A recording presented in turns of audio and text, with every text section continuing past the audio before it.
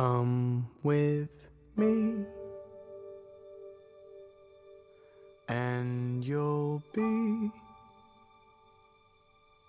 in a world of pure imagination. Reach out, touch what was once just in your imagination. Don't be shy, it's alright if you feel a little trepidation.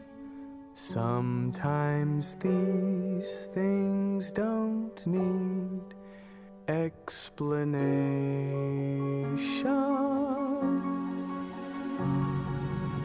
If you want to view